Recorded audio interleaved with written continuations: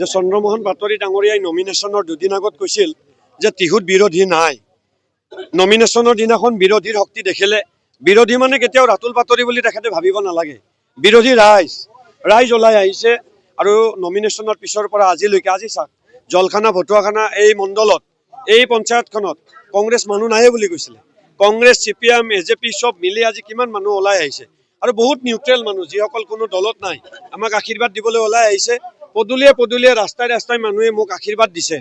গতিকে 9 তাৰিখে আশা ৰাখিম যে সকলো ৰাইজে শুদ্ধ বিচাৰ কৰিব আৰু এজন লগ নোপোৱা বিধায়কৰ পৰিৱৰ্তে সমষ্টিত থাকি এজন লগ পোৱা ৰাইজৰ দুখ বেদনা বুজিব পৰা এজন যুৱকক এটা সাধাৰণ পৰিয়ালৰ পৰা অহা এজন যুৱকক দলমত নিৰ্বিশেষে সকলো ভোট দি জয়যুক্ত কৰা।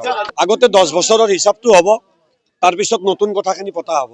মুখ্যমন্ত্ৰী ডাঙৰীয়াক অহাকালি আজি মই বাইকটো চাম আৰু হিমন্ত বিশ্ব শৰ্মা ডাঙৰীয়াক মোৰ দৰে নিকিন মানুহ এজনে তাৰ কাউণ্টাৰ কৰিম।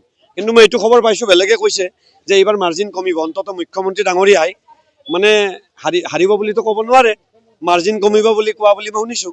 আপোনালোকে বাইকটো পাইছে চাগে টিভিত ভাষণটো। গতিকে মুখ্যমন্ত্ৰীয়ে অকপট স্বীকাৰোক্তি দিছে যে টিহু সমষ্টিত মাৰ্জিন কমিব, অৰ্থাৎ তেখেত যে হাৰিব তাৰ এটা ইংগিত দি গৈছে। যদি কৰি যোৱা নে কৰিব নে কৰি যোৱা আপোনালোকে তেখেতক প্ৰশ্ন সুধিব লাগিছিল কাৰণ নিৰ্বাচনী বিধিলৈকে থকা সময়ত এজন ডক্টৰেট লিখা মানুহে যদি আঁচনি ঘোষণা কৰি থৈ গৈছে, মই কম অসমৰ গণতান্ত্ৰিক ব্যৱস্থাত তেখেততকৈ ভ্ৰষ্টাচাৰী মুখ্যমন্ত্ৰী আৰু কোনো নাই। বিৰোধী নাই কাৰণে আহিছে, বিৰোধী থাকিলে নাথাকিলেহেঁতেন। পাটোৱাৰী ছাৰে কৈছিল যে টিহু সমষ্টিত বিৰোধী নাই। বিৰোধী নথকা অৱস্থাতে গৃহমন্ত্ৰী আহিল, মুখ্যমন্ত্ৰী দুবাৰ আহিল, এইবাৰ ৰাজনাথ সিং আহিব বুলি শুনিছোঁ।